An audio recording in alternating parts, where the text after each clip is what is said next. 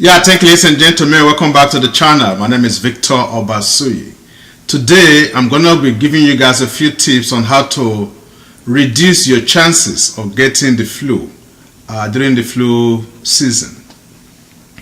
We don't want to get sick during this period. We know how the loss in revenue and emotionally how bad it could be. So today, I'm going to give you guys a few tips. The biggest mistake that most of us make during this season is thinking that because you've had a flu shot, you're automatically you're covered. Absolutely not true. The flu shot is a vaccine based on anticipation. Based on the previous few years strain, it's usually anticipated, okay, this is the strain that is going to come, the virus, this is the strain of virus that's going to come this year, and that's how the vaccine is prepared. Unfortunately, viruses tend to mutate, and the vaccine itself is not 100%. The vaccine itself is not 100% guarantee.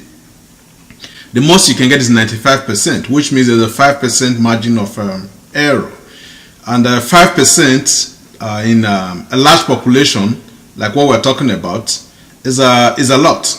So you don't want to be that 5% that falls into that margin of error that will still end up with the flu. Once you've taken your flu shot, the next thing is hygiene.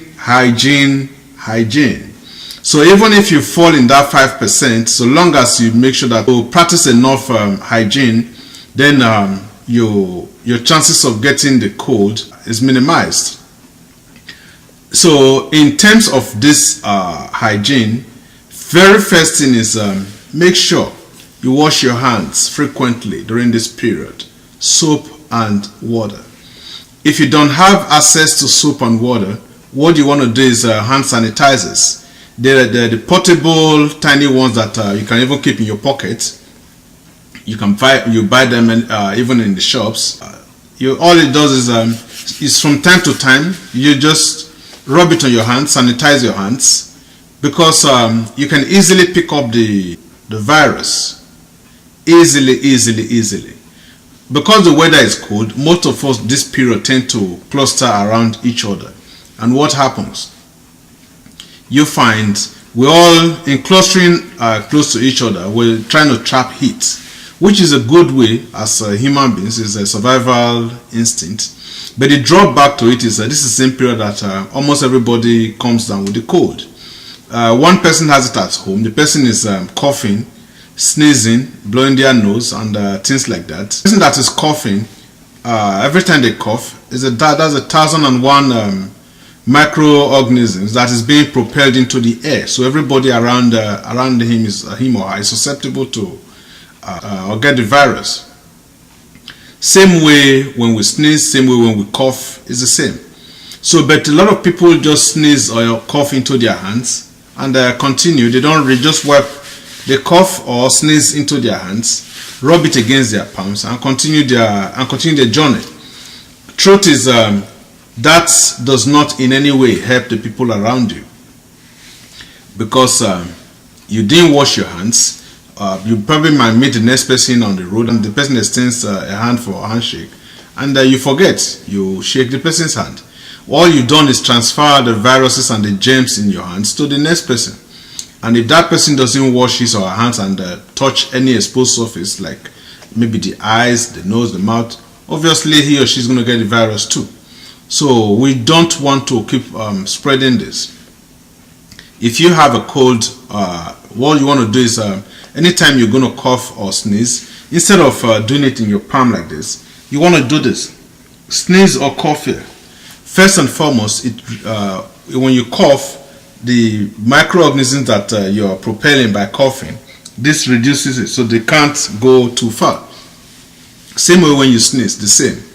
But the best part of doing airborne is no, people can mistakenly shake your hand if you cough or sneeze in your hands, but nobody's going to be shaking you here, so chances are you won't spread it as much. Then when the kids have come down with the cold, Most times the doctor will tell you let the child stay at home, away from daycare or school, away from school for a few days to maximum a week, so that the body immune system can take care of the virus. But a lot of parents will tell you, oh, they can't afford daycare, or they have to go to work, bills have to be paid. They send that child to school or to daycare. What's going to happen? The child is going to go to school or daycare, and every time the child coughs, spreads it to the others. If the child sneezes, it spreads it to the others. So with kids, they're much more susceptible than even the young people. Kids and the very young and the very elderly people are the most susceptible during this period. So if you have a cold, you want to stay away from them if you have this group of people at home. At least that way you don't infect them. When people send their kids to school, irrespective of the doctor's advice, what happens is instead of just keeping your child at home to make sure that the child doesn't spread it to others, your child goes to daycare, spreads it to others. Maybe in a week or so, when your child is recovering, one of those kids will bring it back to the daycare if their parents practice the same thing. Bring it back to the daycare and your child will get infected again, and the circle just continues. The same thing happens when we are for working age group. If you have a cold, stay at home. Most reasonable employers will give you a few days off because they know it's cheaper when you have one employee off work than when you have all of them off work because they are sick. Anyway, productivity is also going to be less anyway.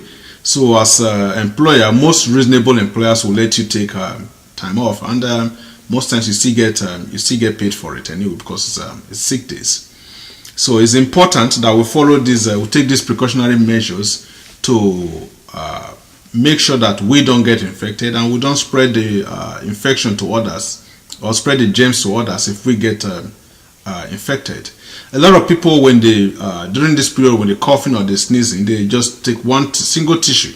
They cough into that tissue, put it in their pocket, or they sneeze into the tissue, keep it in their pocket. Sometimes they blow their nose and just keep it in their pocket. So when you form the habit of coughing into your hands or sneezing into your hands, or when you blow your nose, you use the same tissue, you're just recycling the germs. That's all you're doing. So the best thing to do, sometimes people do that, they keep the same tissue either in their pocket or they put it on the table while they're walking. Viruses are non-living things. They will survive in any environment. So if you leave it on the table, what you've done is to leave the germs on the table. Anytime somebody else rubs that table without washing their hands and they touch any exposed part of the surface, they're going to get it. If you leave it in your pocket, the virus stays in your pocket. So even 2 or 3 days later, you put your hand in your pocket, what you do, you have a swab of that virus and you're ready to reinfect yourself. So that's why it's good. Get a box of Kleenex. Anytime you use the tissue, throw in the garbage.